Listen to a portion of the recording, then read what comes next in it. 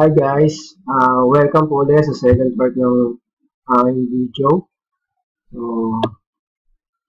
kung mapanood niyo yung first part, yung friend ko na si Marjo Baha, na get help siya. So, ibig sabihin nun, na click na siya, pinindot ko tong get help. Okay? Oops, napindot ba? Sorry. Okay. So, ito na siya ngayon. Si Merlin Carbon, ito, uh, nagpasa na ng Bitcoin. So, nakahabol na siya. So, para ma-check natin to, inopen ko na yung wallet ni Marjo. Ito na siya. 328-2997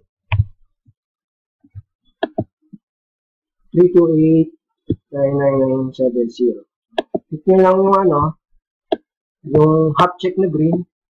Sorry. And confirm. Ito yung confirm funds reception. Okay. Nilalabas na letter of happiness. Mamaya na to. That's it. Para po maging pala to, maging cash, kung kagahan kayo ng trader na pwede nyo padala to, bibigay sa inyo yung cash. Or, nagagawa kasi ng iba, coins.ph, pupunta sa coins.ph para i-withdraw to, para maging peso. Or, credit.ph.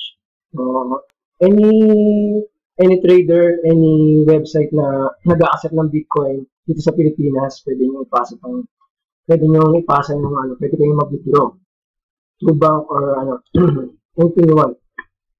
So, that's it. Pasensya na po sa boses ko kasi masama pa yung paramdam ko ngayon. Okay. Thank you very much. Thank you, MMM. Together we change the world.